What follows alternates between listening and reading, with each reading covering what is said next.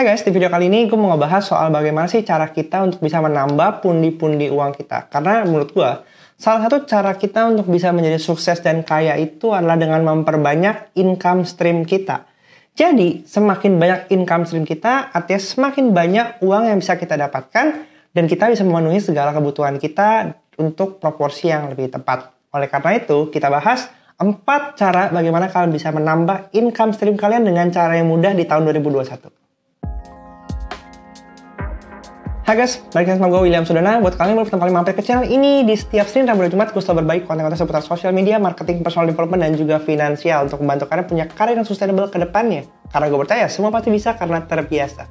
Dan ngomongin soal mendapatkan uang, itu adalah salah satu problem yang sering kali kita alami sebagai generasi milenial. Karena walaupun kesannya kita kayak udah kerja keras banting tulang, tapi kenapa kekayaan kita nggak pernah bertambah-tambah? Sedangkan ada orang yang kerjanya lebih ringan daripada kita, tapi pendapatannya bisa berkali-kali lipat lebih banyak daripada kita. Buat gue, itu bukan sesuatu yang bisa kita perdebatkan. Karena memang kenyataannya, making money is really hard. Tetapi ada banyak cara, terutama dengan kehadiran teknologi sekarang ini, membantu kita untuk bisa menambah income stream kita. Ada 4 hal yang mau gue bagikan di sini. Yang pertama adalah membuat konten di sosial media. Hal ini udah gue sering ulang lagi di setiap konten-konten gue. Gak cuma di YouTube, tapi juga di Instagram, di TikTok, dan berbagai macam platform lainnya lagi.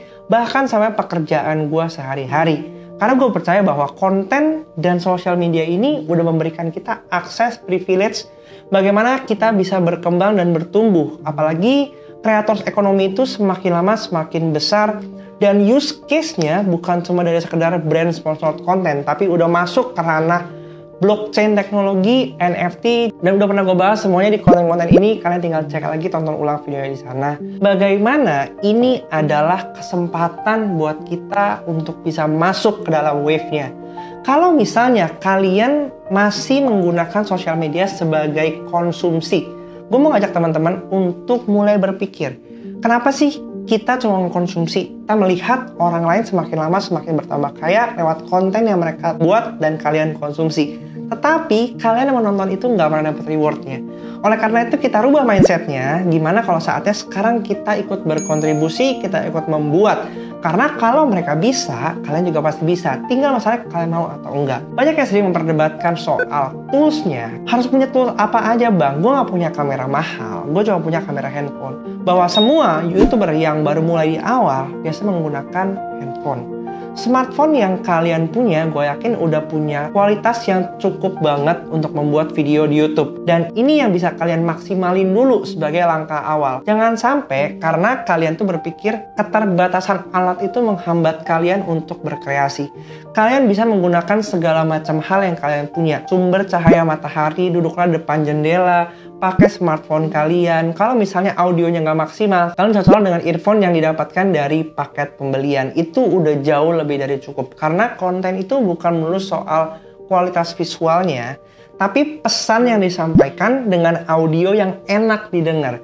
Dan gue yakin kalau misalnya 2 elemen itu, storytellingnya oke dan juga audionya oke untuk dengar, video kalian pasti akan bisa ditonton sampai habis. Tapi gue gak tahu mesti share apa bang. Memang yang paling susah itu adalah menentukan topiknya. Tapi gini, coba deh kalian bisa mulai dari segala hal yang udah sering biasa kalian lakukan secara rutin terus-menerus. Karena dengan berbagi sedikit hal yang udah menjadi kebiasaan kalian, itu bisa menjadi sumber inspirasi juga dan gampang kalian lakukan. Ditambah lagi, gue yakin kalian banyak banget menghabiskan waktu di sosial media. Untuk konten-konten yang sering kalian lihat, coba kalian adaptasi, tiru, kemudian kalian modifikasi dengan cara kalian sendiri. Dengan seperti itu akan membantu kalian untuk akhirnya bisa menemukan topik apa yang cocok untuk kalian bagikan. Karena bukan soal topiknya apa, tapi bagaimana kalian membangun kebiasaan itu dulu, sehingga semakin lama kalian semakin terbiasa dan akhirnya ketemu jalan apa yang paling tepat untuk konten kalian. Di samping itu, YouTube memberikan begitu banyak fasilitas, terutama untuk konten-konten yang tipikalnya evergreen ya. bahwa waktu itu nggak menentukan performa dari kontennya. Apalagi dengan adanya YouTube AdSense ini, konten evergreen ini akan terus memberikan pundi-pundi uang untuk kalian. Jadi kalau memungkinkan, bikinlah konten-konten yang sifatnya evergreen, yaitu nggak lekang oleh waktu, kayak Chris Patti.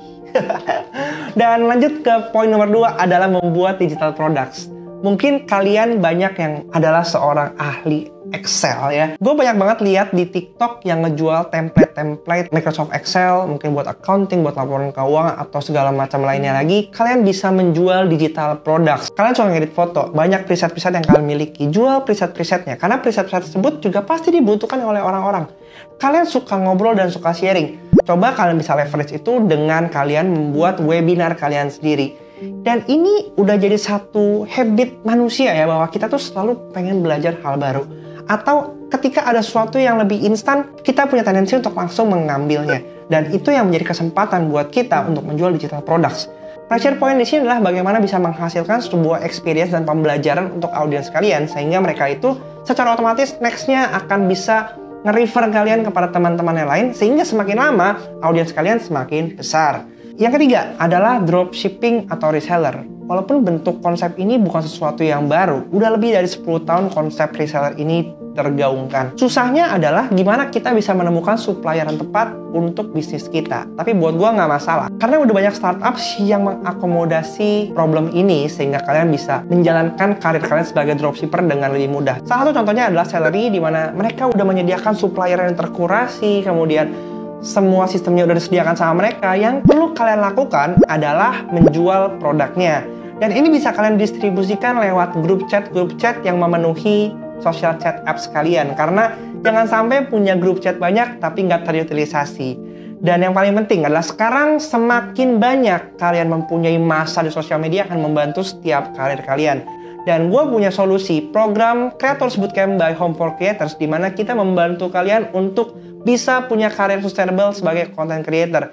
Belajar membangun habitnya dari poin 1 sampai poin 3 yang tadi gue jelasin itu semua tercover di Creators Bootcamp ini. Apalagi di program ini nggak cuma edukasi, tapi kalian juga berkesempatan untuk berkolaborasi dengan brand, bahkan memenangkan hadiah jutaan rupiah yang membuat kalian bukannya rugi tapi malah cuan, dapat ilmu, dapat juga uang dari program ini.